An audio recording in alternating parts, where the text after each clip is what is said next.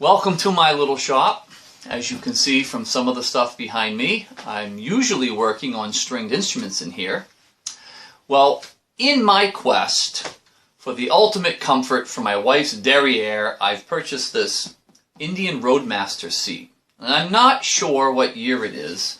My Indian Chieftain is a 2015. With great excitement, I went out to install it on the bike, and all was going well until I went to reinstall the quick release backrest. Not going to fit.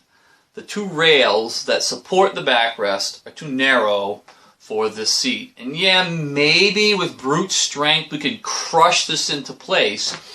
The problem is the seat pan is too wide. Now I went and looked on the forum, and one fellow found an upholsterer and spent $150 to have the seat pan modified, and he was happy with that.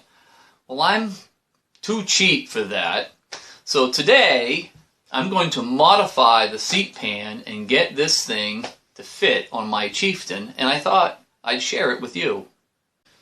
The first thing I did as I tried to mount the backrest onto the motorcycle is I marked the location of the impingement with a piece of painter's tape. Then I flipped the seat over and used my Sharpie to give myself a reference mark here on the seat pan itself. And next we'll remove the staples. And these are just small staples, and I use a pair of diagonal cutters to pry them out. I'm going to remove all the staples between these 2 points so I can peel the cover back and access the seat pan. It's not an elegant system, but it works. I decided to unscrew the switch housing, get that out of the way, and then I can peel back a sufficient amount of the seat cover to gain access to this section of the seat pan. Originally, I had thought about cutting the seat pan to relieve the stress, but I came up with another idea. I'm going to repurpose a scrap of cardboard as a heat shield, and I'm going to use my trusty old Wagner heat gun to heat up the plastic and bend it. Today's plastics are something else.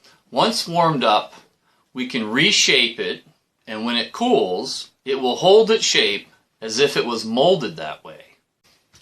A pair of gloves is a good idea because this is going to be hot.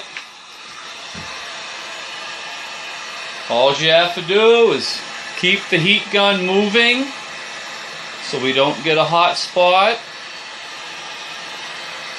And it doesn't take long at all. This will heat up in 30 seconds or so. Now I'm heating obviously down here a little bit because I want this whole channel to become pliable. I would call that pretty good. Yep, soft as butter. So now I'm going to take out my little heat shield. This is the center of where I wanted the inset. I'm just going to pull it in. And it's hot, and I'm going to hold it until it cools off. I am going to let that cool for 15 minutes or so. You can see how much room I've gained on each side, and then the other thing we accomplished is there's no more sharp edge should the backrest push against the side of the seat. Before I reattach my upholstery, I'm going to add a little strip of Gorilla Tape to this edge here, just for abrasion resistance. Now, as far as reattaching, the staples are in the bottom of that valley, and they need to be there. I'm going to add a little bit of weather stripping adhesive, and then I happen to have an upholstery stapler here, but because this valley is straight and flat, there are a bunch of different ways you could reattach the upholstery. Small screws, You could fit a small piece of hardwood or plastic in the bottom of the channel and then just hold it down with some small screws or even pop rivets. Or go borrow an upholstery stapler from one of your buddies or somebody that your wife happens to know. Here's a Mustang seat, and you'll notice they use pop rivets with washers to attach their upholstery. In the interest of full disclosure, before I buttoned up the upholstery, I went and I fit this on the bike with the passenger backrest, and it's rubbing right here. I could fit it on, but I'm going to warm this up and pull this in so this line is straight right down this way, and then it should fit just fine. It really didn't take very long to button this thing back up.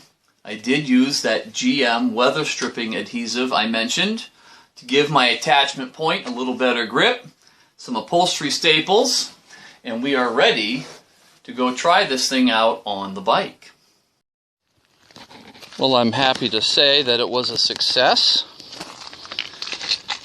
I had no trouble at all installing the quick release backrest. In fact, there was plenty of room. It just touches the rail, and I'm very happy with my mod. I hope that little tip helps out one of you guys in your quest for a comfortable passenger. I'm going to get back to my project, so I'll say goodbye, ride safe.